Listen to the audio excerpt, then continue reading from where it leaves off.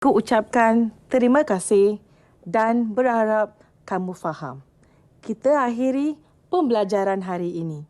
Jumpa lagi. Bye.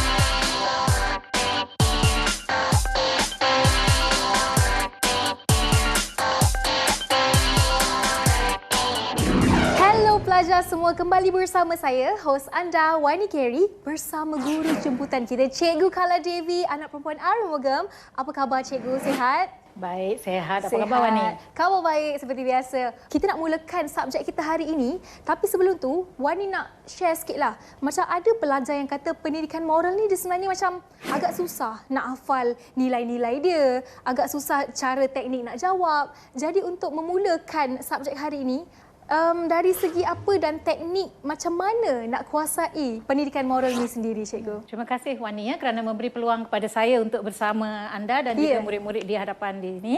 Baiklah, sebenarnya apa yang murid-murid cakap memang benar ya. Pendidikan moral bukan satu mata pelajaran yang boleh dianggap enteng, senang skor ya, sebab memang ada banyak benda yang diperlukan ya oleh murid-murid untuk menjawab ya.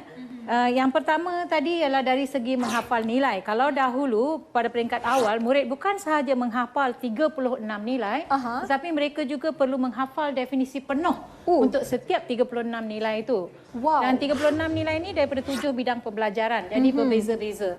Jadi tapi sekarang ini murid bolehlah gembira sikit kerana mereka tidak lagi perlu menghafal definisi penuh nilai tersebut. Tetapi sekurang-kurangnya murid perlu menghafal semua nilai yang diberikan tanpa kesalahan ejaan langsung. Itu syarat pertama. Yang bahagian-bahagian lain pula, murid juga perlu menguasai topik-topik yang diperkenalkan kepada mereka di tingkatan 4 dan juga tingkatan 5. Jadi kalau ada murid-murid yang tidak langsung menyentuh buku teks tingkatan 5 dan 4, memang bahaya. Kerana soalan ditanya daripada buku teks.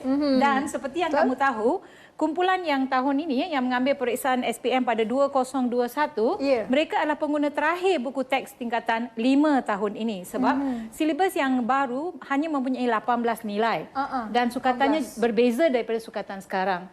So memang persiapan yang lebih hebat perlu dibuat oleh murid-murid ya. Tapi untuk yang kali ini Cikgu, macam mana nak kuasai lebih-lebih lagi dalam soalan seperti soalan structure, soalan esei, dan apa sebenarnya murid-murid perlu fokus ketika menjawab kertas ini dan untuk mendapatkan skor A ataupun A+ untuk SPM diorang, Cikgu? Persiapan pertama yang saya rasa kamu perlu buat ialah menghafal semua 36 nilai. Hafal. Okey, menghafal. Bila cikgu sebut menghafal, cikgu sebenarnya telah pun mencipta satu teknik menghafal nilai menggunakan sentuhan ya, dipanggil touch and remember. Touch and remember. Okey. Macam pada tahun 2005 di mana pelajar hanya perlu menyentuh anggota badan dan mengingat semua nilai. Macam mana nak hafal dengan hanya sentuhan, Cikgu? Okey, cikgu perkenalkan dulu 12 lah nilai dalam bidang perkembangan diri ya, sebab kalau kita buat semua 36 habislah slot hari ini ya. Baiklah, untuk bidang perkembangan diri kita ada 12 nilai. 5 nilai bermula dengan huruf K. Okey, 2 nilai bermula dengan B. 2 nilai H. Okey, dan kita ada nilai 3 lagi nilai campuran RAT ya. Jadi kita lihat macam mana kita buat ya. Okey, untuk 5K sentuh kepala, kita kata kepercayaan kepada Tuhan. Kerana kepala ini kita semua agama menggunakan kepala semasa bersembahyang, sujud dan sebagainya. So ini nilai kepercayaan kepada Tuhan. So saya rasa dalam periksaan bila pelajar sentuh kepala dah tahu kepercayaan kepada Tuhan. Yang ini hati. Jadi nilai kasih sayang. Kasih sayang. Okey, yang kedua. Okey, kasih sayang. Kemudian kita ada ikat perut, kesederhanaan. Kesederhanaan. Ikat perut. Okey, kemudian ini dacing, keadilan. Betul dacing? Keadilan, ya, betul. Okey, dan kita buat kerja dengan tangan, jadi kita sebut kerajinan. Habis 5 nilai, 5 sentuhan. Okey, kemudian kita pegang kaki, berdiri di atas kaki sendiri, nilai berdikari. Okey. Bila orang bagi kerja, kita buat dengan sungguh-sungguh bertanggungjawab. Yes. Kemudian bila bercakap, nilai H, bila bercakap mesti bercakap dengan sopan, hemah tinggi. Nilai hemah tinggi. Yang ini duit, harga diri. Dah habis, kemudian kita ada 3 nilai akhir, berfikir, otak, nilai rasional. Kita perlu berfikir secara rasional. Betul. Kemudian kita perlu ada nilai apa ni?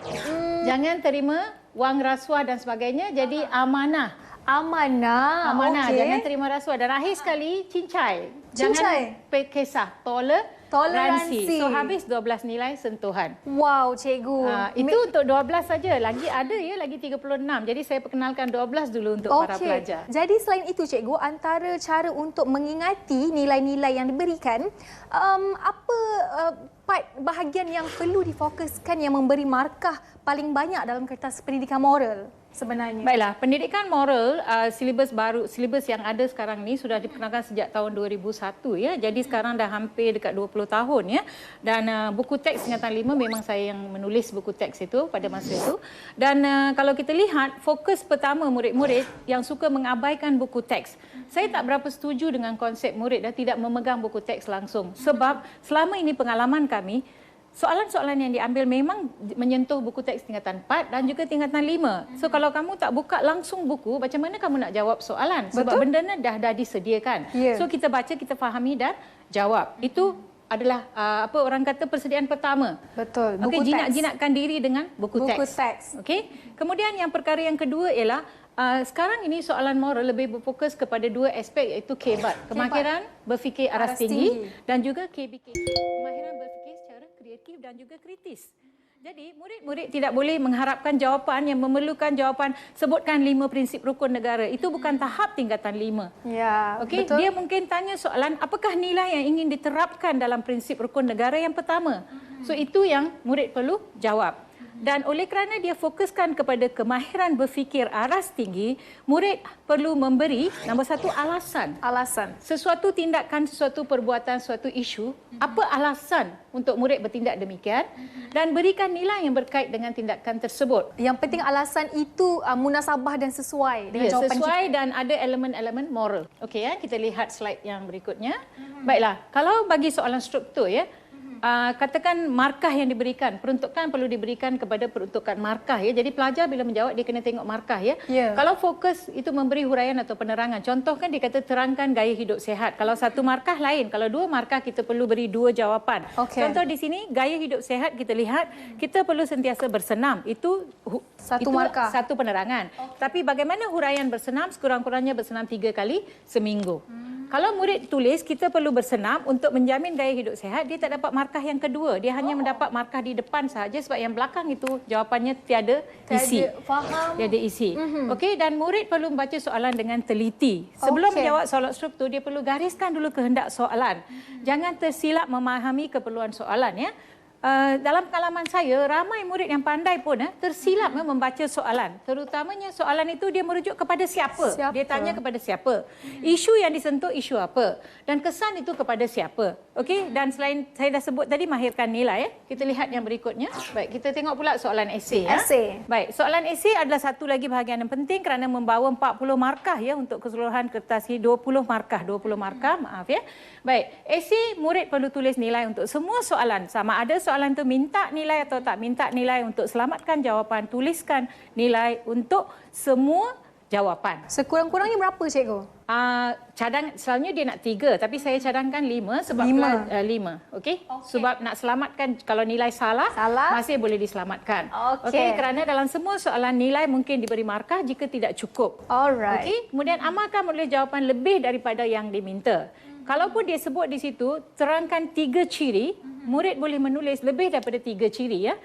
5 atau 6 ciri. Dan bagi esei saya cadangkan jangan kedekut masa, jangan kedekut menulis, jangan fikir ink habis. Tulis sebanyak mungkin huraian, penerangan dan contoh. Dan di sini tak boleh mengira perkataan.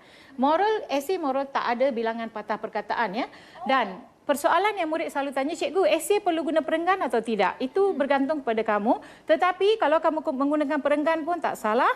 Dan kalau kamu tak nak guna perenggan, satu perenggan pun tak salah. Tapi jangan guna point form. Jangan letak dash ke point form ke nombor untuk menjawab esei. Ya. Ada soalan yang meminta murid menulis jawapan berdasarkan nilai, 3 nilai. Dia terus tanya nilai. Ya. Jadi kalau boleh lihat pecahan markah. Ya.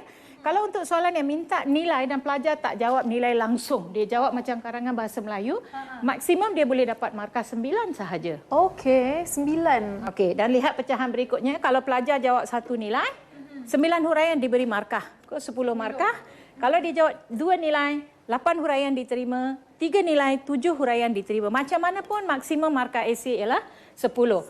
Okey, tadi saya dah sebut walaupun tak diminta nilai, murid perlu tulis ya.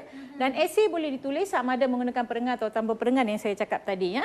Dan nilai boleh disenaraikan di bahagian atas ya. Pelajar tak perlu menyelitkan nilai dengan jawapan ya. Mereka boleh teruskan nilai dan sebagainya dan mereka boleh jawab ikut kepintaran murid. Okey, jadi itu merupakan panduan-panduan untuk soalan struktur dan esei juga cikgu. Dan saya pasti lepas ni cikgu ada lagi input yang penting untuk pelajar-pelajar semua. Tapi sebelum tu cikgu kita berehat dulu sebab lepas ni kita akan bersama dengan cikgu Kala JV di segmen seterusnya. Jangan ke mana-mana bersama saya host anda Wani Carey di Breakout at Didik TV. Bye-bye.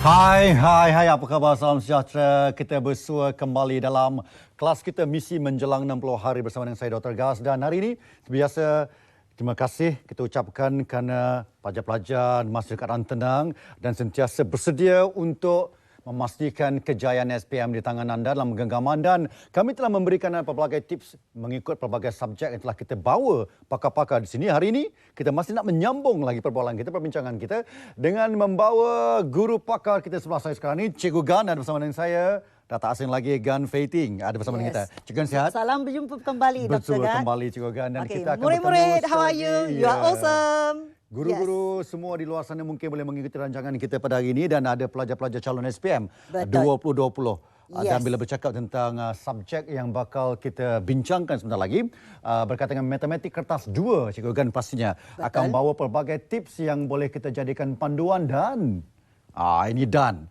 Selain Cikgu Gan ada di studio, kita juga ada Cikgu Azmi yang kita akan berhubung secara Skype jauh di Negeri Sembilan. Sebentar lagi kita akan bawa Cikgu Azmi bersama dengan anda. Jangan ke mana-mana, terus bersama kami. Siapkan nota anda ataupun rakam rancangan ini untuk kita ulang beberapa kali sebagai pemahaman kepada kita. Dan seperti biasa kita juga ada segmen kedua bersama dengan kaunselor. Kita akan berjumpa dengan Abang Zul. Tips-tips menarik akan dibawa pada hari ini. Dan segmen ketiga akan sedikit hiburan untuk anda. Kita nak tenangkan sedikit perasaan. Okey, matematik juga. Kita terus pada matematik sebab ini subjek yang sangat-sangat dirasakan killer subjek. Yes. Betul ke? Killer subjek ya? Ramai yang katakan killer subjek. Yes. Saya sebenarnya takut juga dengan matematik. Sebenarnya matematik tak susah. Tapi dia Cikgu Gan katakan matematik is a part of your life. Betul. Bila berkatakan a part of life, kita rasa ini sepatutnya mudah. Yes. Tidak sebenarnya subjek yang agak sukar. Awal pagi bila buka mata sahaja, kita dah bertemankan matematik. Matematik. Yes. Okey. Contohnya bila kita bangun, kita akan tengok masa. Masa adalah tajuk matematik. Itu matematik. Kalau anak murid pergi gosok gigi, berapa air yang digunakan? Isi padu. Matematik. Yes. Itu matematik. Dengan kata lain, secara keseluruhan kehidupan kita ini adalah matematik. Betul. Cuma kita realize or not. Yes. Bagaimana kita membawa matematik dalam kehidupan. Betul. Jadi hari ini, kalau kita melihat satu perkara, kita melihat sebagai objek. Tapi sekejap lagi, Cikgu Gan akan tunjukkan objek itu kita boleh kira. Betul. Sebab matematik kertas 2 ada pengiraannya, dan kita akan tunjukkan cara mengira dengan betul bagi memastikan tidak ada kesilapan dalam perbincangan. Kehilangan markah dalam exam. Betul. Okay. Secara umum, kertas 2, Yes. formatnya bagaimana? Mari kita tengok kan. Oh, ada bawa buah tangan hari ini? Yes, ada mari bawa kita untuk tengok. kami. Kita pancarkan dia di skrin kita untuk Mari melihat kita apa yang tengok Cikgu slide Gan bawakan bersama-sama. untuk anda semua. Kita fokus pada skrin. Oh, Inilah ini dia format. Oh, ada perbandingan juga. Ini kertas 1 dan kertas 2. Yes. Semalam kita ceritakan kertas 1. Okey. Hari ini kita teruskan ke kertas 2. Ini perbezaan kertas 1 dengan kertas 2 ya. Kalau kertas 1 soalannya 40, markahnya 40 markah juga. Dan kertas 2 bahagian A, bahagian B. Terbagi pada 2 bahagian. Betul. Bahagian A dan bahagian B. Bahagian B ada bahagian A wajib jawab semua 11 semua soalan. wajib 11 soalan, dan bahagian B 5 soalan, pilih 4. 4 soalan. Markah dia 52 untuk bahagian A, Bahagian A dan 48 markah untuk bahagian B, iaitu setiap item ataupun